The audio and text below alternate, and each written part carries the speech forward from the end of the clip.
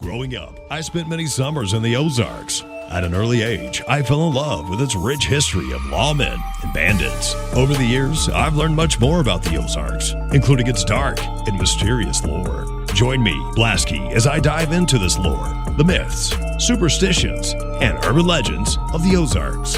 This is Ozark Mountain Lore.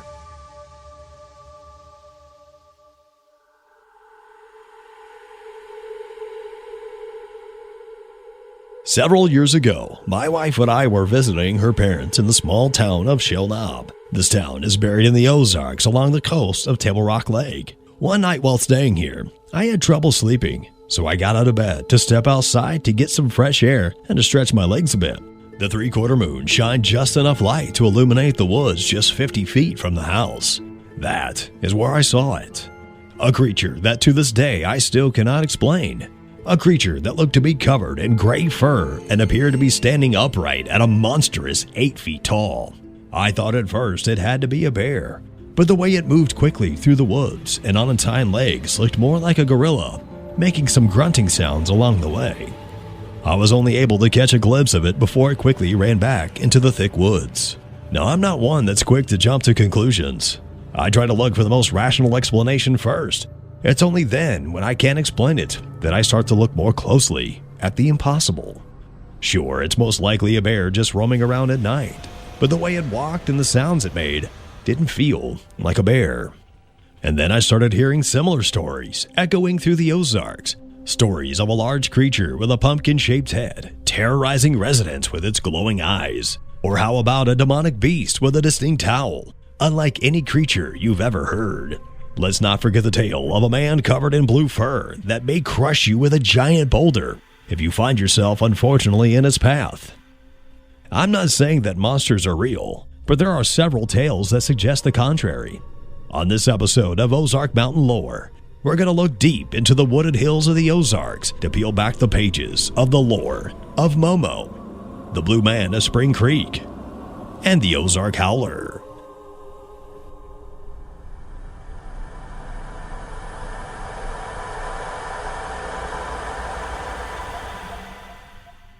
MOMO. Doesn't sound like a frightening name, does it? Sounds more like something cute a kid would name a pet or a stuffed animal.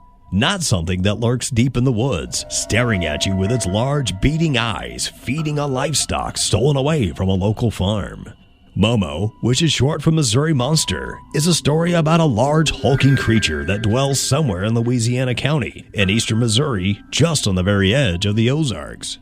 According to the lore, MOMO is described as a foul-smelling creature that stands between 8 and 12 feet tall, with a large, odd-shaped head, most commonly referred to as being pumpkin-shaped. Its glowing red eyes could be seen piercing through the trees at night. The creature's arms hung low, and at them, a hand with 3 long fingers. Its supernatural strength gives it the ability to toss over cars and throw railroad ties like lawn darts. Some of the lore suggests that stories of MOMO sightings can be traced back as far as the 1940s, although the most prominent ones began around 1971, when 2 women by the name of Joan Mills and Mary Ryan claimed to have seen MOMO along Highway 79. They described what they saw as a half-man, half-ape hybrid. Another widely circulated story features the Harrison family, also in Louisiana County. The lore tells the story of a boy and his sister who saw the beast on the edge of the woods carrying a bloody animal. Some say it was a dog, others just a creature unfortunate to cross paths with MOMO. One poor farmer lost his dog one summer evening. According to one account, the worried farmer set out to find his lost companion, but with no luck. Some local kids claim to have seen a beast carrying a dead dog in its arms throughout the woods earlier that day. Others said that they heard terrifying growls coming from the woods also that same day. Did the poor farmer's dog meet a terrible demise at the hands of MOMO? Hard to say, but for the dog's sake, let's hope not. The Great River Road runs along the eastern Missouri border and the Mississippi River, and is a famous road known for its history and its connection to tourism. What you may not know is it too has its own MOMO sighting. The story goes a man heard his dog barking like crazy in the middle of the night. The dog was barking and going frantic like one might if its territory was being infringed on. The man got up to check on his dog, who was focused on one spot along the trees just behind his house. What he saw, he couldn't believe. A large, monstrous creature standing tall, covered in black fur, and a foul odor that was choking the air. These stories about this foul monster caused such a stir at one point that a group of men, rumored to be anywhere from 20 to 100 of them, armed with pistols and rifles, went into the woods with the intention of tracking down whatever had been terrorizing the area and bringing it to an end. The group never came across MOMO, and eventually the stories began to fizzle out, at least for a while. The Missouri Monster, even though it doesn't have a very clever name, is a terrifying tale that to this day continues to be told from one generation to another. Some still say they have seen the pumpkin-headed red-eyed beast poking his head out from the woods from time to time. If you smell the stench of rotting meat followed by a terrifying growl, take caution. It may just be a bear or something much, much worse.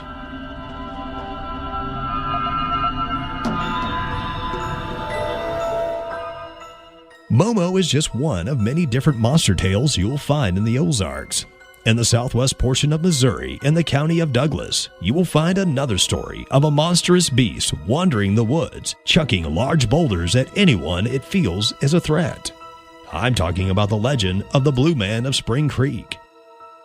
The Blue Man of Spring Creek was one of the most widely believed stories that made its way through the Ozarks. There have been stories of alleged sightings as far back as the 1860s. What really got the story going was an article that was published in 1950 that recalled an account from a hunter back in 1865. The hunter's name was Sol Collins. Collins claimed that he had a close encounter with the feral creature after tracking it for several hours. Collins wasn't sure at first what it was that he was tracking. Maybe a large bear, or maybe a mountain lion. Either way, it would make for a nice trophy. What puzzled him was the tracks. They weren't exactly like bear tracks. Regardless, he continued to pursue, stopping only when the creature would let out a bone-chilling roar that he described by saying, quote, "It made the hills echo with an ear-splitting scream." Finally, Collins came upon the creature that he had been tracking for so long, only to see not a bear or a mountain lion, but a man-beast that he believed to be 8 to 10 feet tall. Its body was covered in a thick black fur that when the light would hit it would almost appear blue, hence the name, the Blue Man. Around his waist appeared to be animal hides and furs. The Blue Man would spot Collins, and with what he said was minimal effort, began to throw large boulders at him until it finally ran off into the mountains. After that, Collins returned to town to gather others to continue pursuing it into the woods. They continued their search for several days before returning home empty-handed, although some claim to have caught glimpses of it during their pursuit. The same year the article came out, sightings of the Blue Man began to pop up in local papers throughout the Ozarks. The counties of Ozark and Howler were claiming to have seen the Blue Man. Loggers throughout the areas also claimed to have seen this otherwise elusive monster. Stories ran amok about a caveman-like monster that was seen carrying dead animals and scaling the mountainsides. Of course, not everybody was on board with these stories. A paper in St. Joseph, Missouri, just north of Kansas City, would write an article poking fun at the story and those who believed in it. It's another one of those stories that makes you wonder, where did it come from? Is this all just pure imagination by those looking to entertain themselves and others? Or did these stories stem from real life? Unlike MOMO, there is a possible explanation and backstory to the Blue Man. There is a story that took place pre-Revolutionary War when Missouri was still part of the Louisiana colony about a French trader and his female Spanish companion who traveled to the colony in hopes of trading with some of the local fur traders. Growing tired of his companion and looking to strike a deal, the Frenchman would trade his companion to a Native American chief in exchange for some furs. The Spanish woman would be taken away by the chief and held captive until she was able to escape into the woods, where she would then lose her mind and become a more savage being. The lore claims that she would bear children with other natives in the area, birthing these monstrous men. Supposedly, there was a small colony of them that lived in the mountains for some time until their numbers began to dwindle. It wasn't long after the stories of the Blue Man began to circulate that they began to fizzle out. Sightings became less frequent, and some residents would even look at you puzzled if you mentioned a story about a paled caveman who lived in the Ozarks. Was it just a craze that caught the attention of so many? Or was the blue man real? Just a simple yet terrifying man-beast that made a home for himself in the mountains? It's hard to tell.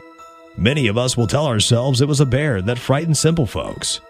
But we didn't see what they saw. Who are we to tell them that it was all make-believe?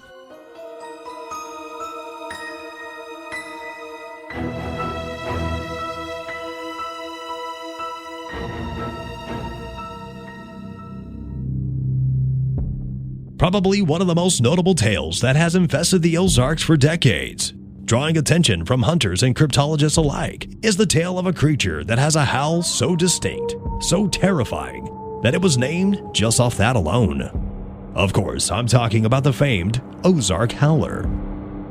Anyone who has lived in the Ozarks more than a few years has come across the name the Howler, or maybe one of its other names, like the Black Howler, the Nightshade Bear, and the Devil Cat. The howler's description varies in size depending on what lore you read or hear about. It's often described as being around the size of a large bobcat or wolf, although some have claimed it can be up to the size of a bear. It has a thick body with stocky legs with black hair and glowing red eyes. From its head, 2 large horns that swirled back like a ram. A frightening monster to encounter while traveling through the woods, but not nearly as frightening as the howl it would make right before it takes you. A sound that can only be described as a cross between an elk and a hyena, mixed with a howl of a wolf. Not a sound that can be duplicated by just one animal.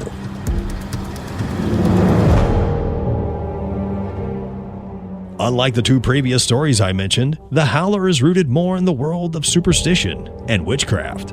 In fact, some people believe that the howler is a shapeshifter that possesses the power of a witch, or is used by a witch to do her evil bidding. As far back as the 19th century, howler sightings have been popping up all throughout the Ozarks. And I do mean all throughout. Sightings of the howler has made its way into Arkansas and Oklahoma. There has even been sightings that can be traced back to the early Native American tribes.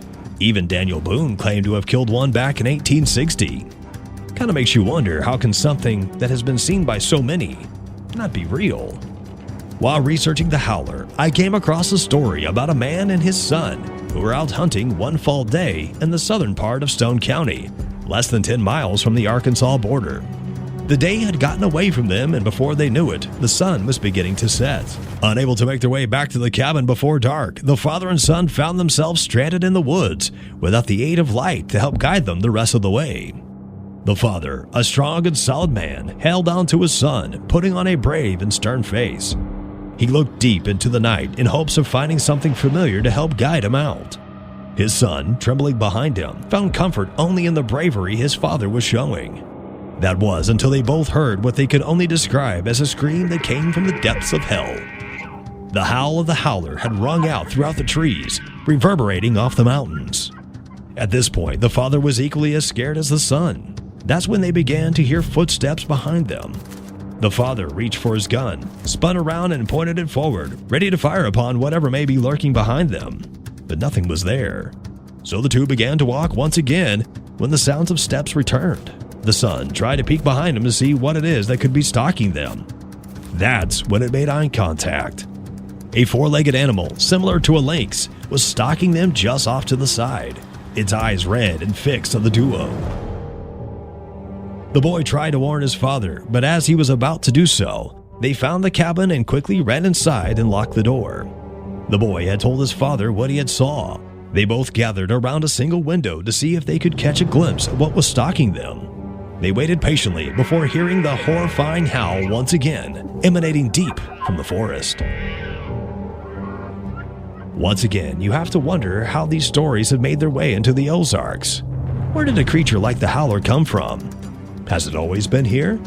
Or did it travel here many years ago with those who came in search of a new beginning? Traces of the howler can be found back to European folklore about hellhounds that were black dogs and they were considered to be an omen of death. If you heard the howl, it wouldn't be long before death finds you. Celtic lore said the dog served the underworld, helping it claim lost souls for its master. Even churches and churchgoers had taken to believing in the howler. Cumberland Presbyterian Church in Arkansas featured the howlers in the stained glass as a nod to the folklore. When a new preacher had taken over, he ordered the stained glass to be removed immediately. Not long afterwards, the church was burned to the ground. Some claimed it was the Howler taking revenge against the church. Stories of Howler-like creatures attacking churches can be found in stories all throughout Western Europe. The Howler, to this day, remains one of the most intriguing legends you will find in the Ozarks. Do we have an unholy monster living in the Ozarks, stalking us, cursing us? A hellhound brought here by European settlers with a howl that can only be described as not of this world. Or is it just Celtic and English lore, mixed in with Native American fables passed down through the generations? It's hard to tell, considering that to this day, sightings of the Howler continue to pop up.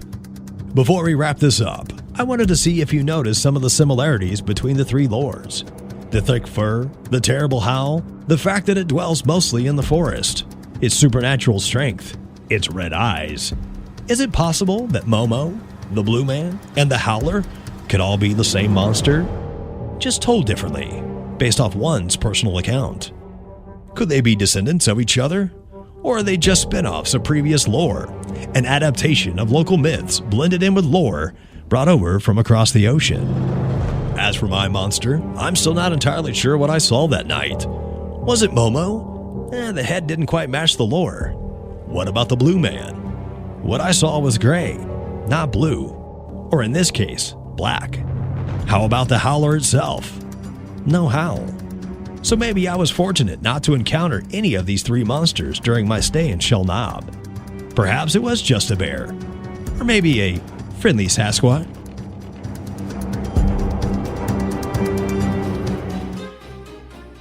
On next week's episode, they come from outer space. Little green men landing in Missouri?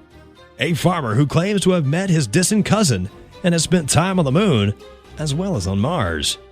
Plus, other freaky stories about UFOs darting across the Missouri skies. It's coming up on next week's episode of Ozark Mountain Lore. For more content, follow AroundTheOzarks.com on Facebook, Instagram, TikTok, and X, or go to AroundTheOzarks.com and subscribe to the daily newsletter so you don't miss when new episodes drop.